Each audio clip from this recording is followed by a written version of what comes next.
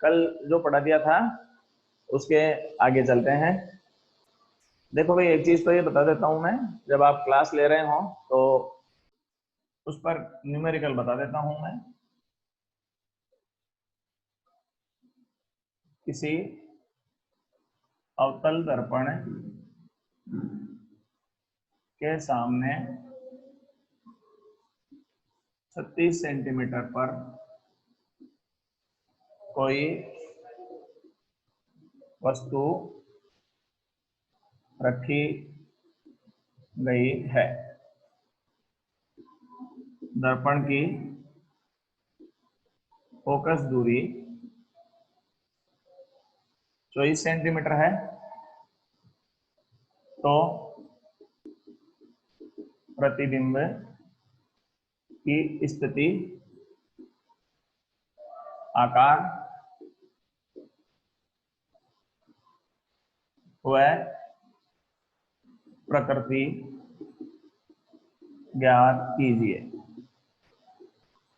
यदि यह वस्तु 4 सेंटीमीटर प्रति सेकंड के वेग से दर्पण की ओर आगे बढ़े तो प्रतिबिंब किस वेग से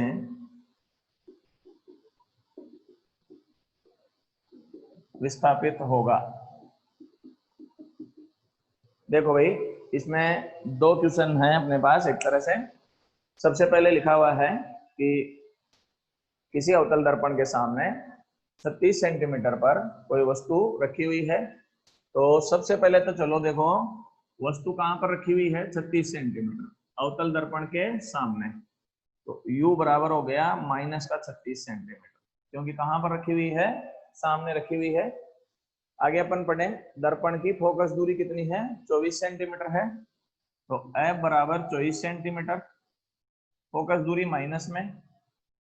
सबसे बढ़िया तरीका होता है, यहाँ लिख लिया करो कि दर्पण कौन सा है, अवतल है या उत्तल है। उससे फिर आप लोगों को कंफ्यूजन नहीं रहेगा और ध्यान भी रह जाएगा कि अपने को पॉजिटिव साइन लेना है या फिर नेगेटिव साइन लेना है। तो f बराबर माइनस में 24 हो गई। प्रतिबिंब की स्थिति कहां बनेगा, प्रकृति और आकार ज्ञात करना है। सूत्र 1/f बराबर 1/v प्लस 1/u। देखो भाई, न्यूमेरिकल सोल्व करने में आप एक चीज ध्यान रखें, जो राशि दी हुई है उसके साथ चिन्ह प्रथाएं लगानी है, तथा जो राशि ज्ञात करनी है उसके साथ एडवांस में चिन्ह प्रथाएं नहीं लगानी है, क्योंकि जब गणना होगी तो वो राशि अपना चिन्ह स्वयं लेकर आएगी। अपने को एडवांस में चिन्ह नहीं लगाना है। भले ही अपने को पता है कि इसमें आंसर माइनस में आएगा या प्लस में आएगा, परंतु एडवांस में चिन्ह नहीं लगाना है। केवल चिन्ह किसके साथ लगाने हैं, जो राशियां दी हुई है उनके साथ अपने को चिन्ह लगाने हैं, अदरवाइज अपने को उसके साथ चिन्ह नहीं लगाने हैं। ठीक है, अब अपन आगे चलते हैं। तो इसको यूं कर लें, अपने पास v ज्ञात करना है इसमें, तो 1/v is equal to 1/f minus 1/u। 1/v, f का मान कितना है, माइनस में 24, माइनस में ये 36, माइनस माइनस प्लस, लघुत्तम आप जानते ही हैं 72 आ जाएगा, तो माइनस में 3 प्लस में 2, 1/v is equal to minus में 1/72 और v बराबर माइनस 72 सेंटीमीटर। देखो, चिन्ह किसका आया, माइनस का। इसका मतलब प्रतिबिंब कहां बनेगा, दर्पण के सामने बनेगा भाई। चिन्ह से अपने को यह पता चल जाता है कि प्रतिबिंब का निर्माण दर्पण के सामने होता है। आगे अपन चलें, ये दर्पण के सामने m निकालो भाई, m बराबर v/u, चिन्ह किसका, माइनस का, तो माइनस में 72 बटे माइनस में 36, तो m का मान आ गया भाई -2। नेगेटिव है ये, इससे अपने को ये पता चलेगा कि प्रतिबिंब वास्तविक व उल्टा प्रतिबिंब कैसा होगा, वास्तविक और उल्टा। ये तो दो चीजें आ गई, दर्पण के सामने हो गया। अब m बराबर h2 अपॉन h1, तो h2 बराबर क्या आ जाएगा, mh1। ठीक है, तो mh1 का मतलब हो गया कि यहाँ पर इसका मान आ गया -2h1। तो प्रतिबिंब जो होगा वस्तु का दुगना बनेगा। ठीक है, चिन्ह माइनस का ये शो करता है कि प्रतिबिंब नीचे की ओर बनेगा, मतलब वास्तविक और उल्टा होगा। आगे अपन चलें, इसमें देखो एक बार, यदि यह वस्तु 4 सेंटीमीटर प्रति सेकंड के वेग से दर्पण की ओर आगे बढ़े, तो अपन एक काम करते हैं, दर्पण की ओर आने को अपन प्लस ले लेते हैं और दूर जाने को माइनस ले लेते हैं। तो वस्तु का वेग du/dt लिख लें, इसको बताया था कल। ये दे रखा है अपने को 4 सेंटीमीटर प्रति सेकंड। तो dv/dt का सूत्र आपको याद है ही, क्या आएगा बताओ, m² और du/dt, चिन्ह किसका था इसमें, माइनस का। तो dv/dt बराबर, अब m का मान कितना है, -2, तो ये माइनस आ गया, -2 का होल स्क्वायर हो जाएगा इंटू 4, ये अपने पास 4 हो जाएगा, तो माइनस का 16 सेंटीमीटर प्रति सेकंड, मतलब प्रतिबिंब का वेग कितना हो जाएगा, 16 सेंटीमीटर प्रति सेकंड। माइनस चिन्ह किसको शो करता है भाई, माइनस चिन्ह इस बात को शो करता है कि वस्तु पास में आ रही है तो प्रतिबिंब दूर जाने लग जाएगा। ये माइनस का चिन्ह इस बात को शो करता है कि प्रतिबिंब अपने पास वस्तु से, दर्पण से दूर होता हुआ चला जाता है। एक बार स्क्रीनशॉट ले लें, उसके बाद में फिर आगे बढ़े।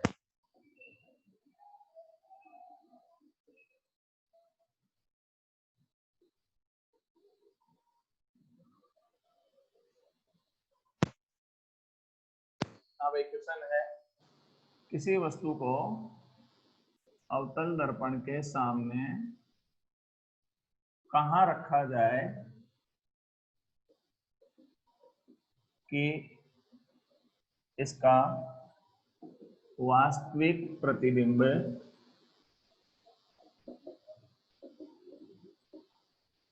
वस्तु का 3 गुना प्राप्त हो।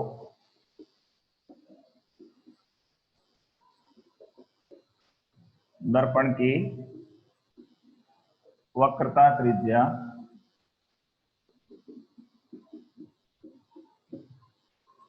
24 सेंटीमीटर है। देखो भाई, पहले तो आ जाते हैं, दर्पण कौन सा है, अवतल है, तो लिख लो पहले तो अवतल दर्पण है। ठीक है, वक्रता त्रिज्या दे रखी है r बराबर 24 सेंटीमीटर, यहीं से माइनस में लिख लो ताकि दिक्कत ही नहीं रहे। f बराबर r/2 माइनस में 24/2 बराबर माइनस में 12 सेंटीमीटर। तो पहले तो फोकस दूरी निकाल ली, फिर आगे पढ़ो कि किसी वस्तु को अवतल दर्पण के सामने कहाँ रखा जाए कि इसका वास्तविक और उल्टा प्रतिबिंब 3 गुना प्राप्त हो जाए। देखो m का मान कितना दे रखा है, 3। ठीक है, 3 गुना हो गया। दूसरी चीज, अब ये माइनस में ले या प्लस में ले, इसका जवाब तुमको यहां से मिलेगा। कैसा प्रतिबिंब बन रहा है, वास्तविक। वास्तविक में चिन्ह किसका आ जाएगा, माइनस का। अब आप जानते हैं यहां से m का एक सूत्र होता है, f/f - u बराबर कितना हो जाएगा, -3। कल बताया था ये। इसमें मान रख लो भाई, -12 बटे -12 - u बराबर -3। यहां से अगर देखोगे तो ये माइनस कोई सा कैसे ही कर लो भले, इनमें से माइनस माइनस प्लस कर लो, तो 12/12 प्लस u बराबर -3। इसको वज्र गुणन करें इधर, तो क्या रहेगा बोलो, 12 बराबर -36 प्लस का u। ठीक है, अब अपन एक काम करें, इसको इधर ले लें और इसको इधर ले जाएं, तो माइनस का u बराबर -36 और माइनस का 12, तो -u बराबर -48 और u बराबर 48 सेंटीमीटर पर यदि कोई वस्तु रखी जाएगी तो कैसा प्रतिबिंब प्राप्त हो जाएगा, वास्तविक और उल्टा प्रतिबिंब प्राप्त हो जाएगा। जिसका आवर्धन कितने गुना हो जाएगा, 3 गुना हो जाता है। ठीक है, एक क्वेश्चन और बता देता हूं मैं। किसी उत्तल दर्पण की फोकस दूरी ज्ञात कीजिए यदि इसके सामने 24 सेंटीमीटर पर कोई वस्तु रखने पर प्रतिबिंब आभासी व सीधा तथा दर्पण के पीछे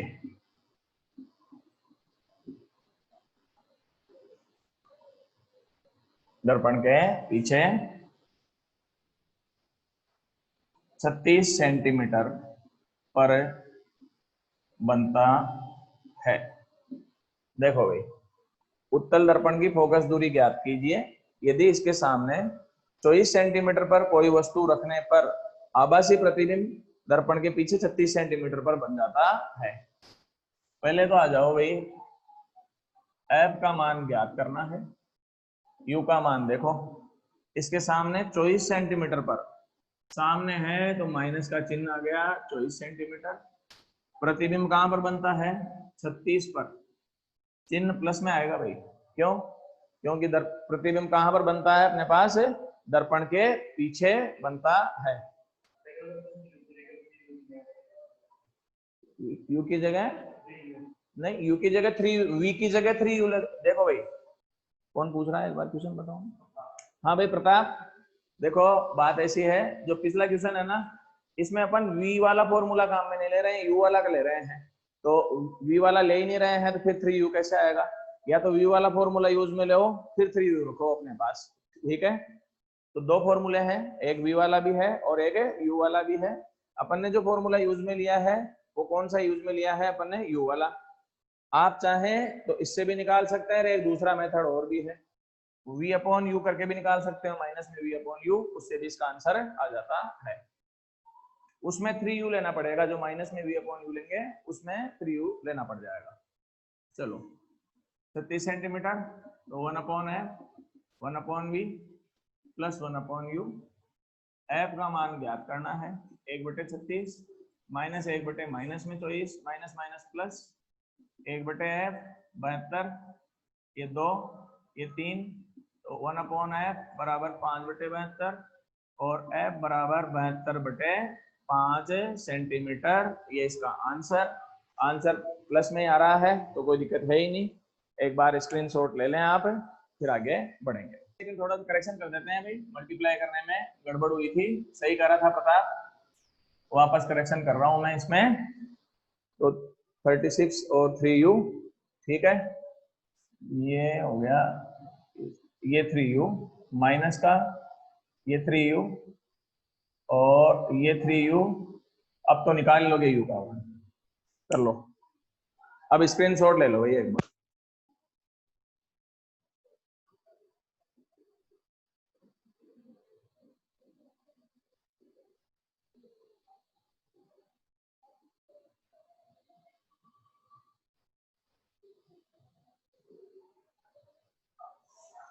कहीं और कुछ था होगा। अवतल दर्पण से प्रतिबिंब का निर्माण, ठीक है। तो सबसे पहले क्या कट रहा है क्या, अच्छा, अवतल दर्पण पर से प्रतिबिंब का निर्माण, इसकी कुछ कंडीशंस हैं। देखो भाई, कंडीशंस जो हैं आप 10th में भी पढ़ चुके हैं, तो एक बार फिर बता देता हूं, केवल डायग्राम खींचने हैं अपने को। फर्स्ट है, वस्तु अनंत पर हो, तो देखो सबसे पहले तो ये ले लिया अपन ने अवतल दर्पण, वस्तु अनंत पर है तो किरणें जो हैं वो अनंत से लिया हो भाई, ये अनंत से किरणें आ रही हैं। अब अपन जानते हैं कि अनंत से चलने वाली किरणें कहां से गुजरेगी, फोकस से गुजरेगी, तो प्रतिबिंब का निर्माण कहां पर हो जाएगा? फोकस पर हो जाता है। तो विशेषताएं समझ में आई। प्रतिबिंब बिंदुवत, बहुत छोटा बिंदु जैसा, फोकस पर, दर्पण के सामने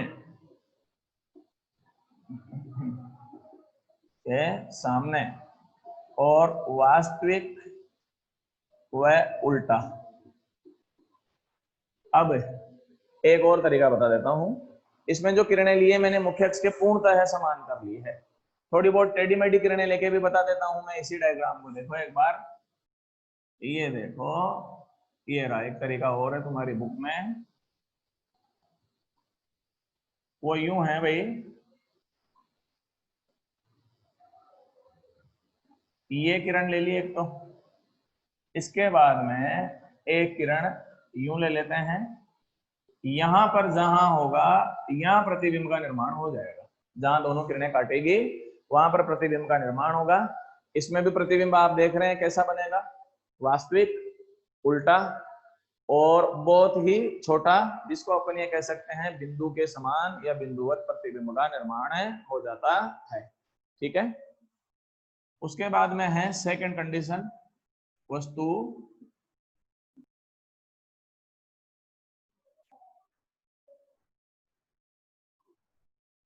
ये वस्तु रखी है अपन ने, पहले तो F बना लिया, उसके बाद में ये C बना लिया। इसको ये भी कह सकते हैं C से परे। कहां बनेगा? C से परे। ठीक है। तो यहां पर वस्तु ले ली अपन ने, ये वस्तु। एक किरण तो मुख्य अक्ष के समांतर वाली ले लो। इस किरण को तो आप फोकस से गुजार दो भाई, ये किरण तो फोकस से गुजर गई। ठीक है। आगे अपन चलें। एक किरण जो है, चाहो तो आप अपने पास फोकस वाली ले सकते हैं, चाहें तो ध्रुव पर आपतित भी कराई जा सकती है। तो ये ध्रुव वाली भी बता देता हूं ताकि ध्रुव वाली भी समझ में आ जाए आपको। ये लो, ये प्रतिबिंब का निर्माण जहां दोनों कटेगी, तो ये ए, ये बी, ये बी डैश और ये ए डैश हो जाएगा। ये दर्पण का ध्रुव हो गया। प्रतिबिंब कैसा बना यहां से अगर आप देखोगे तो देखो एक बार, वास्तविक हो गया, उल्टा हो गया, वास्तविक हो गया, उल्टा हो गया, दर्पण के सामने हो गया अपने पास। ठीक है। तो दर्पण के सामने भी हो गया, वास्तविक भी हो गया, उल्टा भी हो गया। ठीक है। कहां बन रहा है? सी व एफ के मध्य बन रहा है। तो वक्रता केंद्र और फोकस के मध्य प्रतिबिंब का निर्माण हो जाता है। अब तुम लोग सोचोगे कि भाई ये सब कहां से आता है, कि कहां बनेगा, कैसा बनेगा अपने पास। ठीक है। तो इसका सीधा मेथड मैं बता देता हूं। अपने मन से कुछ आंकड़े ले लेते हैं अपन, उससे निकाल लेते हैं अपन। जैसे एक उदाहरण ले लेते हैं। मान लो कि सबसे पहले अपन चलें, एक दर्पण ले लिया, अवतल दर्पण, जिसकी फोकस दूरी ले ली -12 सेंटीमीटर। तो वक्रता त्रिज्या कितनी हो जाएगी इसकी? -24 सेंटीमीटर। अब चलो, वस्तु अनंत व वक्रता केंद्र के मध्य है, तो इसका मतलब वक्रता केंद्र 24 पर हो गया। तो वस्तु की दूरी 24 से भी ज्यादा ले लो। तो अपने मन से तुम्हारे जैसे एक जो ले लो, मान लो कि अपन ने वस्तु की दूरी -48 सेंटीमीटर ले ली। ये आंकड़े इस हिसाब से लिए हैं कि ये जो चीज है ना वो बैठ जाती है। देखो, वस्तु अनंत व वक्रता केंद्र के मध्य, ये रहा 24 है, ये 48 ले लिया। तो वस्तु किसके बीच में बैठ गई अपने पास? अनंत व वक्रता केंद्र के मध्य हो गई। अब अपन चले 1/f बराबर 1/v प्लस 1/u। ठीक है। तो 1/v is equal to 1/f minus 1/u हो गया अपने पास। इससे एक तो v का मान निकाल लेंगे अपन। तो ये अपने पास सीधा फॉर्मूला अप्लाई कर देता हूँ, uf upon u minus F. u का मान माइनस में 48, f का मान माइनस में 12, माइनस में 48 प्लस में 12, तो ये आ गया 48 इंटू 12 आ रहा होगा समझ में, माइनस का 36, ये माइनस में 3, माइनस में 16 सेंटीमीटर। इससे अपने को एक तो ये पता चल गया कि प्रतिबिंब कहां बनेगा? -16। अब एक बार -16 देखो कहां आ रही है भाई। फोकस दूरी कितनी है इसकी? 12 सेंटीमीटर। वक्रता त्रिज्या कितनी है 24, ये 16 सेंटीमीटर 12 और 24 के बीच में आ रहा है कि नहीं आ रहा है? किसके बीच में आ रहा है? ये दोनों 12 और 24 के बीच में आ रहे हैं। इसका मतलब प्रतिबिंब का निर्माण किसके बीच में होगा? सी व एफ के बीच में होगा। ये इससे पता चल गया। आगे अपन और चलें, एम का मान निकालना है आपको, तो ये एम का मान हो गया। देखो कैसे निकालेंगे, F upon F minus you. F का मान माइनस में 12 बटे माइनस 12, माइनस माइनस प्लस हो जाएगा तो 48 हो जाएगा, तो माइनस में 1/4 आ गया। उत्तर ऋणात्मक आया, इसका मतलब उत्तर नेगेटिव आया। इसका क्या मतलब हुआ कि प्रतिबिंब वास्तविक होगा, उल्टा होगा, दर्पण के सामने हो चुका है। एम का अगर मोड लेते हो तो 1/4 आएगा भाई इसमें। अगर आपने एम का मोड लिया तो किसके बराबर आएगा? 1/4 के बराबर। 1/4 का मान 1 से कम है तो ये लेस देन 1 है। इसका मतलब प्रतिबिंब कैसा बनेगा? वस्तु से छोटा। तो सारी विशेषताएं क्या क्या हो गई देखो एक बार। प्रतिबिंब वास्तविक, उल्टा, ठीक है, दर्पण के सामने, सी व एफ के मध्य और वस्तु से छोटा। तो ये जितनी भी विशेषताएं तुम लोगों ने 10th में पढ़ी है वहां पर इनका सॉल्यूशन पूरा नहीं है। अपने इनका सॉल्यूशन भी है, आप निकाल भी सकते हैं। तो उससे पता चल जाता है कि प्रतिबिंब का निर्माण कहाँ पर होगा, कैसा होगा। तो इसकी जो विशेषताएं लिखेंगे अपन, ये विशेषताएं क्या है देखो, ये लिखी भाई विशेषताएं अपन ने। वास्तविक, उल्टा, दर्पण के सामने, वस्तु से छोटा, सी व एफ के मध्य। ठीक है। हाँ भाई मयंक, ये क्वेश्चन था dv/dt बराबर -v² अपॉन u² और du/dt। तो पूछ रहा था कि m का मान अपने पास है क्या आएगा। तो इमेज की वेलोसिटी का फॉर्मूला यहां से चलें, m का सूत्र होता है माइनस में v/u। वर्क करोगे तो क्या आएगा? m² बराबर v² अपॉन u²। यहाँ मान रख दो तो ये माइनस ऐसा कैसा ही रहेगा। तो dv/dt is equal to minus में m² और du/dt। ठीक है। अब भी कोई दिक्कत हो मैसेज कर देना, एक बार स्क्रीनशॉट ले लो, फिर अपन आगे बढ़ते हैं। वस्तु वक्रता केंद्र पर स्थित हो तो ये भाई वक्रता केंद्र पे ले लें अपन, सेंटर ऑफ कर्वेचर पर। ये P, ये F, ये C, ये वस्तु ले ली वक्रता केंद्र पर। एक किरण तो फोकस वाली गुजार लो भाई, दूसरी किरण चाहो तो अपने पास ये फोकस वाली ले लें और चाहें तो ध्रुव वाली भी ले सकते हैं। ये फोकस वाली ले ली, जहां पर दोनों काटती है वहां पर प्रतिबिंब का निर्माण हो जाता है। ठीक है। अब कई बच्चे बोलेंगे कि हम डायग्राम बनाते हैं तो ऐसा काटता ही नहीं है। तो ये तब काटेगा जब आप दूरियां नाप के लेंगे। अगर आपने दूरियां नाप के लिया है तो सब कुछ वैसा का वैसा ही आएगा जैसा अपने पास इसमें समझाया जाता है। ठीक है। तो प्रतिबिंब कैसा हुआ? वास्तविक, उल्टा, दर्पण के सामने, वस्तु के बराबर। और कहां बनेगा? वक्रता केंद्र पर ही बनेगा भाई, वक्रता केंद्र पर ही बनेगा। ये इसकी विशेषता हो गई। उसके बाद में अपन चलते हैं, एक कंडीशन और लेते हैं। वस्तु C व F के मध्य है,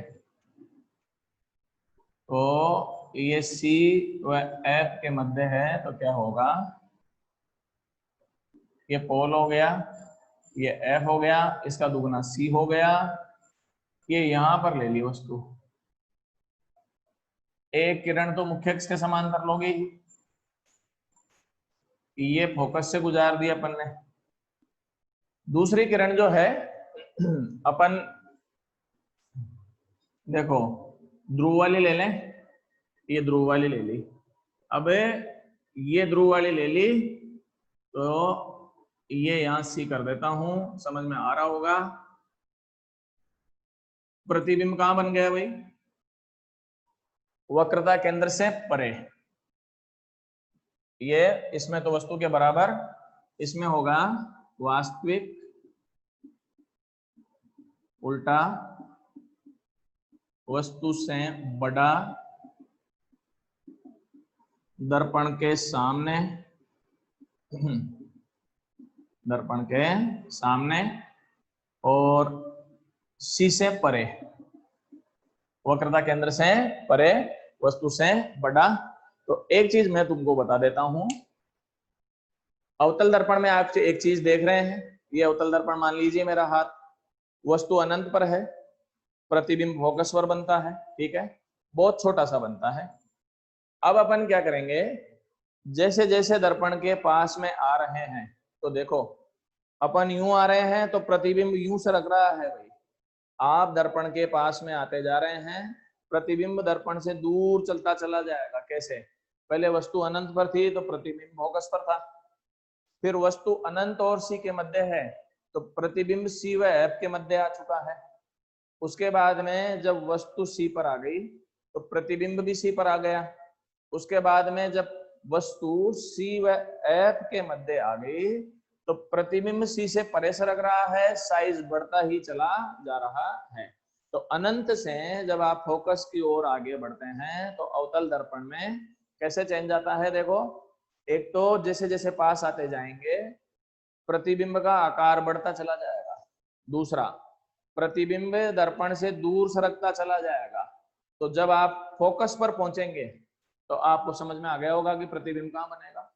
जब आप फोकस पर पहुंचेंगे प्रतिबिंब अनंत पर बनेगा, काफी बड़ा बनेगा, वास्तविक होगा, उल्टा होगा। ये जो मैं बता रहा हूं ये केवल फोकस तक के लिए ही लागू है, फोकस और ध्रुव के बीच में फिर वह अलग मामला है, उसके लिए ये चीज लागू नहीं है। ठीक है, एक बार आप इसका स्क्रीनशॉट ले लें, टाइम होने वाला है। Thank you.